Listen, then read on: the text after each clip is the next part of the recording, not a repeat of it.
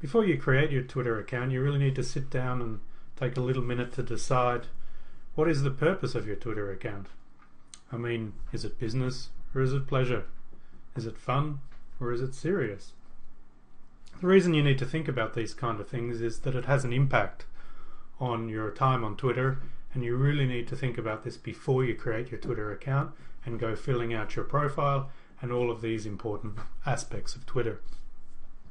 So if you're going to use it for personal purposes, of course, how you fill out your profile and what you do on Twitter is quite different. Your profile will then display perhaps your interests, maybe a little bit of fun in your profile, a little bit of silly comments. It's no problem. You're not being serious. It's your personal account. It's for fun. You'll be putting a picture of yourself on there. It won't necessarily be a professional picture, of course. It can be anything from your holidays, but try and make sure it's a picture of your face. It'll help your friends recognize you. And what you tweet about, well, of course, that's up to you. But it can be fun, it can be serious, it can be witty, it can be articles, whatever. It's between you and the people who are following you on Twitter. It can be between you and your friends or people you meet on Twitter. But it doesn't matter, it's personal, it's not business.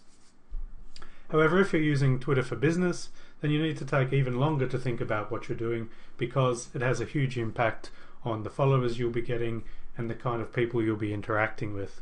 So, a business account on Twitter should perhaps be more business focused and write all of your interests of your business, the kinds of topics that your business covers.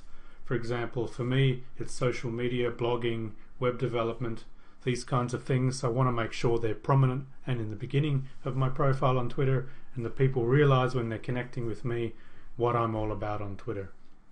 Of course, if you're a one-man business or a home business, you don't need to have your logo up there. It's probably better to have your face. It's always better to be personal than to stand behind a logo. So if you have a professional picture, or at least something very clear and shows your face clearly and is not pixelated, is not too dark, that's perfect. But if you're working on behalf of a business and it's more than one person using that Twitter account, a logo is perhaps more appropriate. You also need to take a minute to think about the kinds of content you're going to be sharing, and with a business account, it should be related to your niche, your topics that your business is focused on. It should also be customer related and customer focused, and you may be interacting with your customers and even finding new customers on Twitter.